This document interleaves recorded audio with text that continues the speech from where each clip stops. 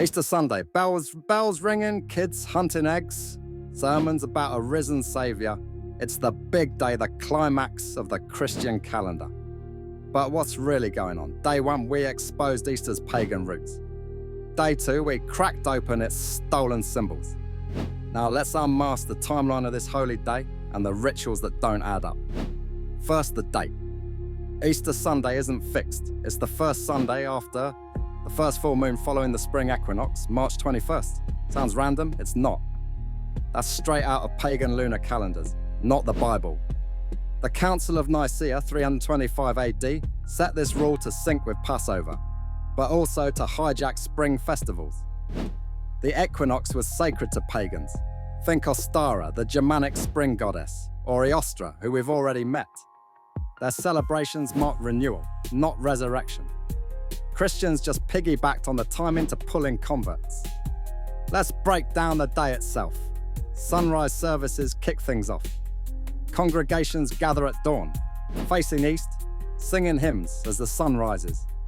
Beautiful, right? Sure, but it's a sham. That's not a Christian tradition.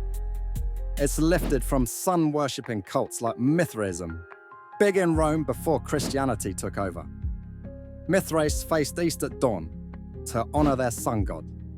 Early Christians, desperate to compete, adopted the practice by the 2nd century, claiming it symbolized Jesus as the light of the world.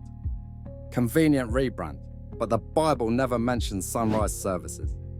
John 20 says Mary found the tomb empty while it was still dark, not at dawn. Next, the Easter Vigil, a late night or early morning ritual. It starts with a bonfire. Parishioners light a Paschal candle, symbolizing Christ's light. Then process into a dark church. Sounds holy, but bonfires were a pagan staple.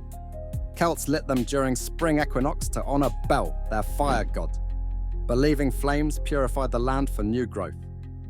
The Paschal candle? It's a dead ringer for the Roman Vestal Virgin's eternal flames. Kept burning for Vesta, goddess of the hearth. By the 4th century, the church co-opted this, turning pagan fire into a Christian prop. Then there's the Eucharist, bread and wine as Christ's body and blood.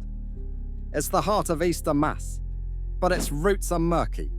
The Last Supper ties it into Passover. Sure, Jesus broke bread, passed the cup, said, "I do this in memory of me." But the rituals form, that's Roman. The 2nd century Didache, an early Christian text, shows the Eucharist was a full meal, not a symbolic wafer. By the 4th century, Rome streamlined it, mirroring Mithraic communion rites. Small bread, a sip of wine, heavy on mystery. Wait. To appeal to Roman pagans already used to that format. Easter egg hunts? Pure paganism repackaged. We covered eggs in day 2, fertility symbols, dyed red for the earth's blood. But the hunt comes from Germanic tribes, 5th century, who hid eggs in fields as offerings to Eostra, believing they'd bless the harvest. Christians turned it into a game by the Middle Ages, saying the eggs hid like Jesus in the tomb. Cute, but it's a stretch. The timeline's a mess. Pagan dates, stolen rituals, rebranded symbols. Easter Sunday isn't a pure celebration of Christ. It's a patchwork of ancient rites stitched together to control the masses. Tomorrow we wrap with the fallout of this con. Hit subscribe, don't miss the finale. Turtles tread where shadows aren't. Watch and stay shocked. This video is powered by Syllabi, killer AI tools for creators like you. Want pro-grade content fast? Click the link below to check them out. Music's by Suno. Craft your own tracks. Elevate your game. Links in the description.